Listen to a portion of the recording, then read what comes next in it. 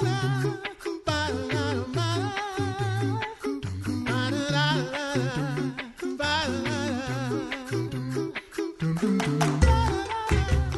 listening to The Coffee Hour. I'm Andy Bates. I'm Sarah Golseth. We have a fun event here in St. Louis. Really excited to share that with you today. Thanks to Concordia University, Wisconsin for supporting The Coffee Hour. Find out more about Concordia University, Wisconsin at cuw.edu. Live uncommon. You know, Concordia University, Wisconsin is a great Lutheran educational institution. And if you like Lutheran educational institutions, particularly Lutheran schools here in the St. Louis area, we have a great event to share with you today. Our friends from Lutheran Elementary School Association are here to talk about the outstanding event called Brew in the Lou here in St. Louis.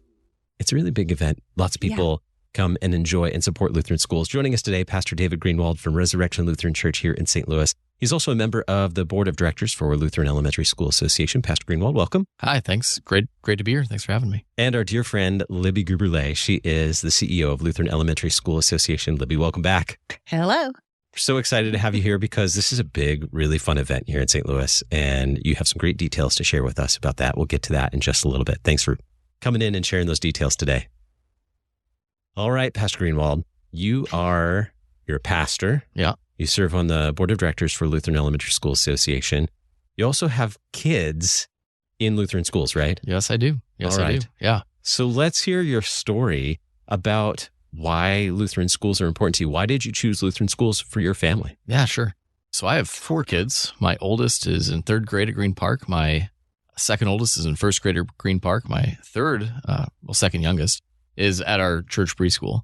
And we love it. And that was a big thing for me as I was discerning this call to Resurrection 5 years ago now. That they were part of a school association made a great deal of difference to me. So I grew up in Evansville, Indiana. My wife and I both went to Evansville Lutheran School. I transferred in 6th grade. She had a crush on me for a few months. That's the story. But that fell off for a long time until senior year of college. But anyway, I transferred in, my younger brothers as well. And being there at Evansville Lutheran School, which my wife had enjoyed since kindergarten, had a huge impact on my family and a huge impact on me and my brothers. And there's a big part of me that wonders, would I be sitting here as a pastor if I hadn't begun life at some stage at a Lutheran school? Then went to public school, went to Concordia, Chicago, went to be a pastor. And now that I'm here and we are at Green Park, it's more than just something I need to say as a pastor. It's something I firmly believe that our kids need this formative space, this safe space to be formed into the image of Christ, and to have that happen with teachers who love them. Not to say that doesn't happen in other places, but I've seen it and I understand it, and to hear some of the things that come out of their mouths that you just don't expect, right? Where they come home from school and they're just talking about whatever it might be, and something profoundly like, that's Jesus somehow in your life, the Holy Spirit. Maybe it was memory work, or maybe it's just something that happened with their teachers or from chapel, or it's because it is so much more than just memory work or the theology lesson. It's everything from start to finish of the school day, the entire community that is at its best, and what I believe is true at Green Park, just firmly committed to these kids being raised to know Jesus forever, not just through 8th grade, not just through 12th grade, but that they would live, they would die with the Lord.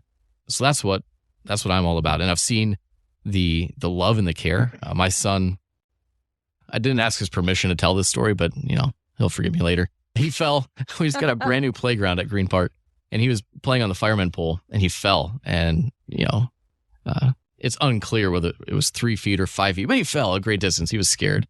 And to get the phone call and to hear how the nurse, the teachers who were on duty, the custodian, Mr. Otto, who is just like a part of the family, carried my son all the way from the playground to the nurse's office. And to get the calls from the principal and just say, we're praying for you. The number of students in his 1st grade class who went home and told their parents about it, and the parents then reached out to say, hey, we hope Josiah's okay. We prayed for him today at dinner. Like, that's the difference. That's everything in a moment, right? For me to say, this is why this is such a profound investment in my kids. Because I'm their dad and I'm their pastor, but I can only do so much, right? And it falls to me, but it takes a community, it takes a village, as they say. And it's all there. And I've seen it now on the LESA board to be true at all of our Lutheran schools. They all have their strengths, different areas of emphasis maybe, but that community, that love, that Christ-centered formation, more than just education, more than just filling the head, but shaping the heart. that's what Lutheran education is all about, and it's beautiful. And I'm proud to be part of the LESA organization that makes that a reality for people all around the city. How have you seen it made a difference for your family as a whole? Because, I mean, you shared a great story about how it's made a difference for one of your kids. How do you see it influencing your family as your family and as part of the greater congregation too? I'd say the way it influences my family and the way it shaped us. I don't know if this is the correct answer, but the one that comes to mind is I think all of us as parents, and especially as Christian parents, probably have a longing for allies. We want allies in raising our children. So, I mean, it makes differences around the dinner table. It makes differences when you're disciplining. It makes differences when my oldest and my second are getting in a fight and then they end with forgiveness. Not just, it's okay, but I forgive you, right? Those are our words. Those are Christian words of power. But I think, too, for us as a family to be enmeshed with allies who all have the same idea that we want to raise these kids. And that's a comforting place to be in a world that can be weird or scary to say, I know that we have allies. We are not alone in this, but there are other families and other kids who we love, and they love our kids. And so obviously maybe more to the point around the dinner table, the conversations that are had, the memory work that pops up in random places when they just suddenly have God's word coming out of their mouth. All of those different ways, from the way we interact as a family, the way we interact at school. It's all just, I'd say too, it's fortified. That's not the word I'm looking for, but it's the foundation's made stronger from what we do at home and what is happening at the school. It's all connected. What I'm hearing is it has a lot to do with identity as well. So yeah, today, in today's culture, today's society, one of the challenges we face is how our children are developing identity. What I hear you saying is my children are not only being taught God's word, but being shaped and their identity is really clarified in who they are in Christ, in what they're experiencing in their Lutheran school. Yes, absolutely. That it's more than our brains being things to be filled with knowledge, but hearts to be shaped. And that's what I see happening at Green Park. It's what I see and hear about through, we start every board meeting at LESA with these incredible testimonies about one family or one child or another. And so we hear about it happening, not just at Green Park, but all over the city, that children are being formed, their hearts are being shaped in the truth and in love and being known and being safe in this community of grace. I'd love to be a fly on the wall in those meetings and hear those stories. They are fantastic.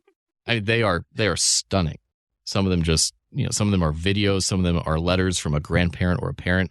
I hope I'm not stealing Libby's thunder on this, but they are incredible. And to hear the impact that not just for my children and my family at one school, but that is happening all around this metro area is incredible. And to think about how this all started, how many years ago, Libby? 19 years ago, and to what it's become and the number of children impacted in this identity that they may not get anywhere else.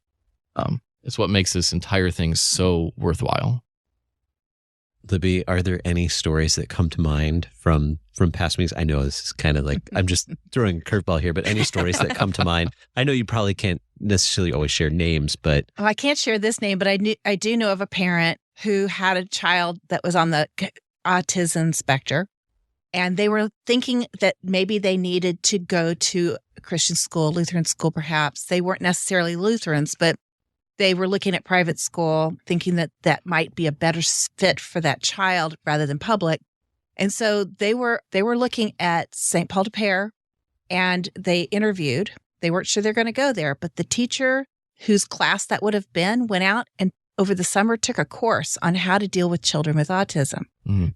And so when that parent found out the teacher had already taken a course on what to do with her child, she's like, well, I couldn't not apply. And so they did end up putting their child into that school, and that child went all the way through because that one teacher had gone out and made the extra effort to make sure that family felt like they could be there and they could handle it. So that's just one of thousands of teachers we have that do things like that. And so this year we're focusing with our principals. So we do professional development with our principals and our teachers. And speaking of Concordia, Wisconsin, we just had Concordia, Wisconsin's Department of Education down here September 1st doing classes for 600 of our teachers. And they were down at the Concordia Kirkwood and Webster Garden campuses doing classes that morning. And so we love partnering with them when possible. And then we had another professional development program with our principals, and we're talking about mental health this year, and not just our teachers who have a lot of their own mental health needs, but also mainly our children, right?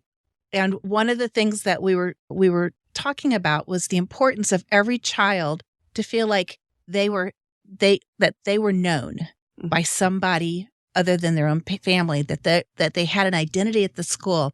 Speaking to what David was just saying a few minutes ago, knowing something, every teacher knowing something about that child, maybe the name of their pet, maybe the name of their sibling, maybe when their birthday is, but that is the emphasis that you can do in the school settings that we have, knowing every child for who they are and what their family is.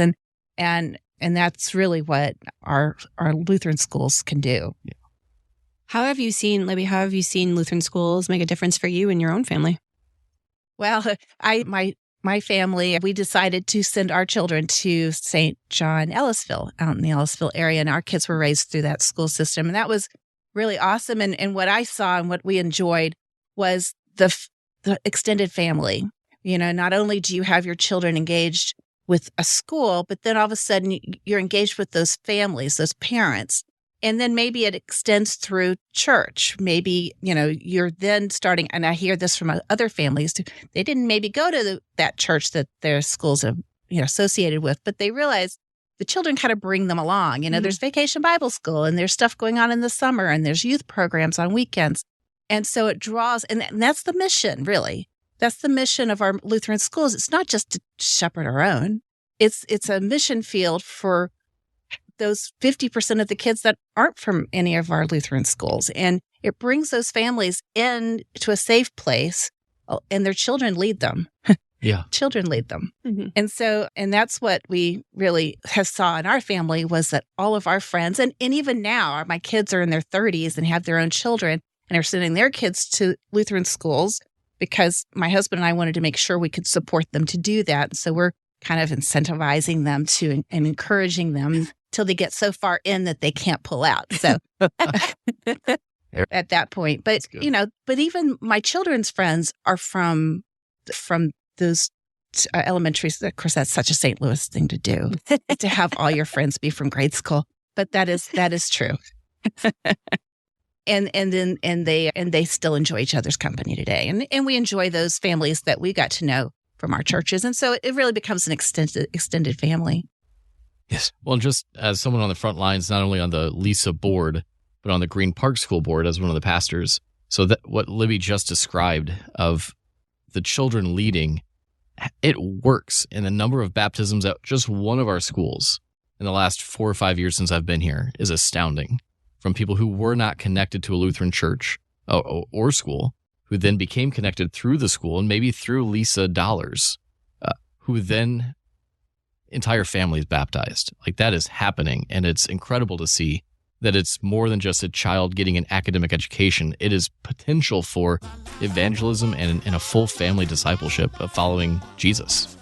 It's happening, and it's incredible.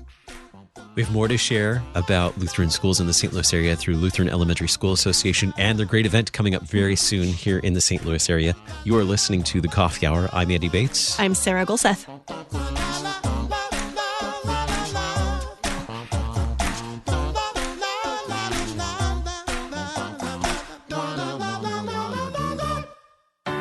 At Concordia University, Wisconsin, we believe you were created for a reason: to use your God-given gifts to help others, to live a life of self-sacrifice in a me-first world, to live a life that's uncommon. Whether you're taking one of 50-plus online programs or learning with us in person on the shores of Lake Michigan, you'll be equipped to make an uncommon impact. Learn more at cuw.edu. Concordia University, Wisconsin. Live uncommon.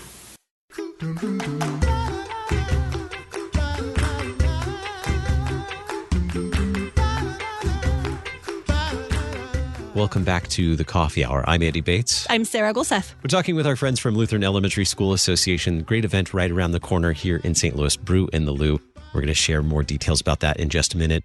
I just have to share, I have to add my own personal story to your stories about Lutheran schools and exactly what both of you were describing, Lutheran schools being so great at helping develop identity in Christ for our child, but also that community, that extended family is something that we have certainly experienced, not only at school functions, but also at church. Even, as you pointed out, families who aren't necessarily members of our congregation, but are coming to events at church, coming to hear God's word together with their kids because their kids have invited them to come hear God's word, to come to something at church as well.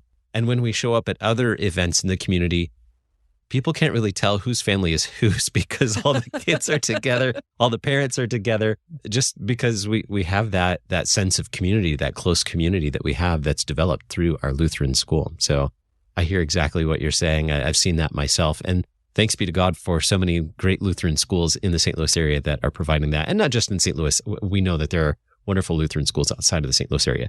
But here in the St. Louis area, we have a wonderful organization, Lutheran Elementary School Association, that does some outstanding things to support Lutheran schools. What are those things? You mentioned professional development for teachers just a little bit ago. Share with us a little bit more about that and other ways that Lutheran Elementary School Association supports schools, families, teachers. So our original charter 19 years ago with the support of Lutheran Foundation was twofold. One was to provide a networking opportunity for our local principals because each of our principals works in their own schools. They're somewhat siloed. They have almost superintendent-like responsibilities. The principals are the ones who decide, if you're going to have a snow day. That's a big role. What's the holiday? Are you wearing the face mask this year? All those decisions that are usually made at a higher level. Our principals are stuck making those decisions.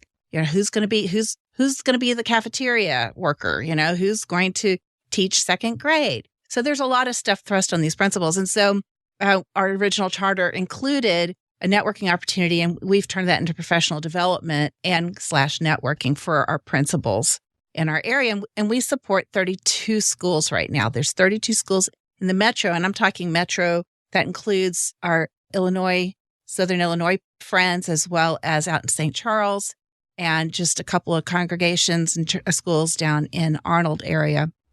And so the principals get together 4 times a year. They get to know each other so that when they're off, when they're not together, they can make phone calls. We do a little bit of mentoring or a PAL program for some of our newbies. And we've had quite a few newbies in the last couple of years. And then once a year, we pull all of our teachers together where possible. And September 1st, we did that and do some large, and it's pretty hard to do any kind of professional development for preschool through 12th grade teachers, but we were able to pull that off this last year, thanks to our friends in Wisconsin. And so we do that for the teachers once a year, and they get credit for that. And then the second charter was scholarship. And there was a group of gentlemen and women that had gotten together and wanted to support, at the time, our inner city schools, who were really struggling with keeping the schools open, paying their teachers, getting city schools to be able to afford, the parents to be able to afford their education, the tuitions there. So we started a scholarship program to support financial aid for those kids. It expanded, though, throughout the entire metro area. So now all 32 of our schools are eligible and are members of our organization so that they can receive financial aid to support some of the families who have the higher need or would not send their kids to a Lutheran school otherwise. So how have those scholarships impacted families this year? Well, so we just mailed the checks a week ago. That's always the fun part. We mailed them out to 30 schools, and we mailed our awards this year are going to be $567,000. Wow. So we mailed the first semester awards out, and that is going to impact 565 kids. So we're excited about that. That gives us a grand total of about close to $8 million that we've given away since we started 19 years ago, and that impacts about 5,000 kids. And so we're very honored and humbled that we can be part of that mission. Donors are the one who have been supporting that all along. And we're grateful that God's, led them to see that need and see that as a mission field. You know, the LCMS charter 100 years ago, I'm not even sure how old we are, it originally said that you could not start a church, an LCMS church, without starting a school first. Yeah. The school was the heart of that congregation. And so that is why LCMS has more parochial schools in the United States than any other denomination. And then, of course, we know about Catholic schools as well, but the Lutheran schools have really emphasized the importance of the center of that school for that congregational life. Lutheran schools certainly do make a difference. I think you guys have demonstrated that really well today. And it takes resources to provide scholarships and professional development for our teachers here in the St. Louis area. And LESA does, Lutheran Elementary School Association does a great job of providing those resources, but it takes dollars to make that happen. And you have some really fun events in order to raise those funds to make that happen. We have great donors, but tell us about the really fun event that's coming up right around the corner here in October. So this is the 11th year of Brew in the Lou. This was started originally, it was a small event at the seminary, and we outgrew the seminary a few years ago. So we have been down at Francis Park in South City. It's beautiful. It's down by Holly Hills area. And it's built up to over 2,000 guests now that come to this event. We have about 80 vendors that are all, a few of them are selling things, but we're talking about mostly breweries and a few wineries and some spirits. And so we have a whole section of a homebrew section. So there's a Homebrewers Guild in the St. Louis area. They have a bunch of clubs and they come and you can sample the homebrewers brew. But we also have some of the big names that come in and they offer their beer, like O'Fallon, or we got Stumpy's coming, Good News, Boulevard is going to be there, Melvin Brewery, Rockwell. Four Hands. That was my jam when I was at seminary. Yeah. Four Hands, of course. Yes. And so we have a number of breweries all coming in. And so you purchase a ticket. We check your ID to make sure you're old enough. We give you a wristband. And for 4 hours, you can walk around the park with this sample glass and try different beers, probably over 100 different beers. That's a very exciting event for people who like to drink beer and wine. So it's a great way to support Lutheran education too. It is. We also have some food vendors there, so you can, take a break and have a Steve's hot dog or a Dogtown pizza. Or, I think we just brought in a new vendor today. So it's of course, you got some chili. So we're doing a chili competition between some of the churches. Right. Resurrection's going to win. I'm just throwing it out there. All right. I don't know. Check back I got St. John Ellisville coming, or Pathfinder. So yeah, we're this different schools are all bringing in some of them chili so that we have sampled chili. So that's free, the chili sampling, because we want to make sure that there's a base there. As you walk around the park. And we'll have a band coming in from Kansas City. We're excited about them, Damian Gunn. And so it's quite the afternoon. It's really fun. Like I said, we got 11 years into this, so we do a really good job with it. And the community, we get a lot of community people, but a lot of these churches and a lot of these schools are all selling tickets, and it's really kind of a fun event. I hear people from the Lutheran system go that they love to come because they always run into people they never see other than Brew. So it's sort of like a alumni event. Yes. Feels like. Great big Lutheran family reunion. Feels appropriate. Yeah, Yes. Lutherans love their beer, apparently. So apparently, that's what I hear. Yeah. What do our listeners need to know to attend? How to buy tickets? Where to park? This is in St. Louis. Any of those details. Parking is always a fun thing, but Francis Park, the one thing I do love about it is you can park all the way around it, and it's like parking. We don't have any competitors for the park this year, so you can park around the park. Uber is always a good option if you live anywhere nearby, and you can buy tickets. We have a website called brewinthelou.com. Lou is L-O-U, just to be sure that people outside St. Louis know that a Lou is actually Louis. Yes. So brewinthelou.com.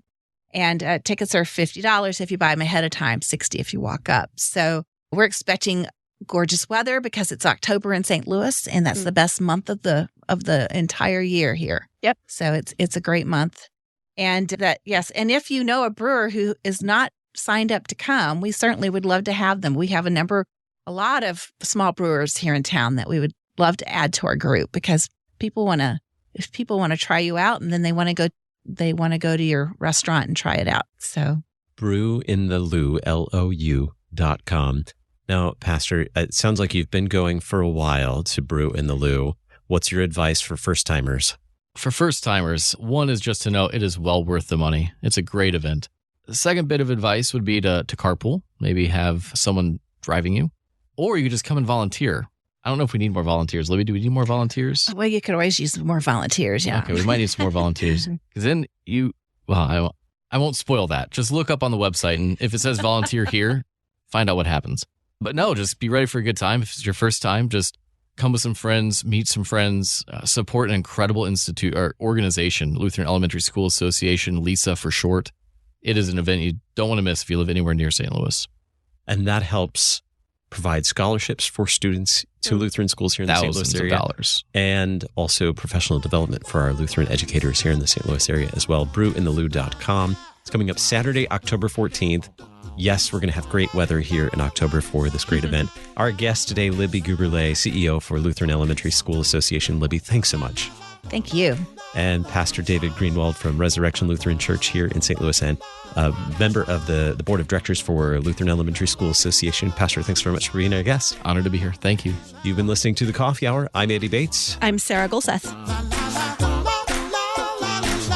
The Coffee Hour with Andy and Sarah is a production of KFUO. To support the Coffee Hour and KFUO Radio, visit KFUO.org. You can also text KFUO to 41444 or send an email to gifts@KFUO.org. And you can call us at 800-844-0524. KFUO. Christ for you, anytime, anywhere.